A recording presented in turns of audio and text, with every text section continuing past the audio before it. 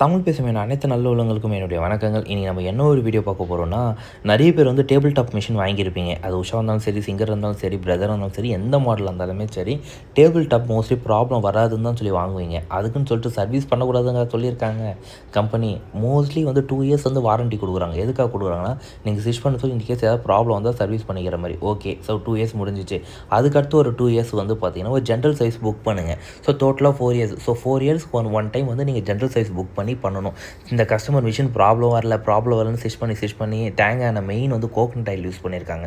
Coconut oil use பண்ணவே கூடாது. தேங்காய் எண்ணெய் போட்டாலே மிஷின் வந்து போயிடும். உங்களுக்கு மோஸ்ட்லி மிஷின் ஆயில் தான் அதிகமாக யூஸ் பண்ணணுமே, சரிங்களா? அதே போல் இந்த மிஷின் வந்து மோஸ்ட்லி நான் மெயின்டெனன்ஸு. நீங்கள் ஆயில் போடணும்னு அவசியம் இருக்காது. பட் வந்து ஆயில் போட்டிங்கன்னா நல்லது, ஓகேங்களா? ஸோ அதுக்கான வீடியோ எங்கெங்கே ஆயில் போடணுன்ட்டு நான் தனியாக செப்பரேட்டாக வீடியோ போடுறேன்.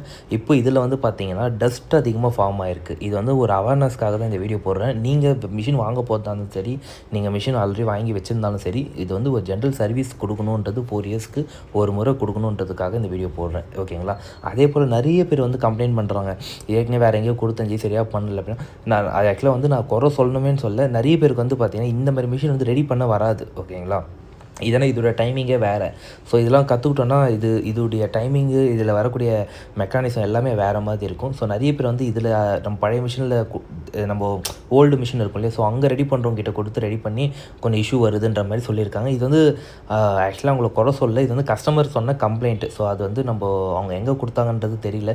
பட் நீங்கள் கொடுக்குறீங்கன்னா மோஸ்ட்லி இந்த மாதிரியான மிஷின்ஸ் வந்து அதிகமாக ரெடி பண்ணுற இடமா கொடுங்க. அப்போ தான் பர்ஃபெக்டாக பண்ணி கொடுப்பாங்க.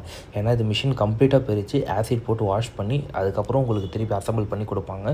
புது மிஷின் மாதிரி ரெடி பண்ணி கொடுப்பாங்க. அது எங்கன்னா நம்ம சென்னையில் இருக்குது. நான் டிஸ்கிரிப்ஷனில் அவங்களோட கான்டாக்ட் நம்பர்லாம் கொடுக்குறேன். நீங்கள் அவங்களுக்கு கால் பண்ணி நீங்கள் தமிழ்நாட்டில் எங்கே இருந்தாலும் சரி, நீங்கள் கொரியர் பண்ணாலே போதும்.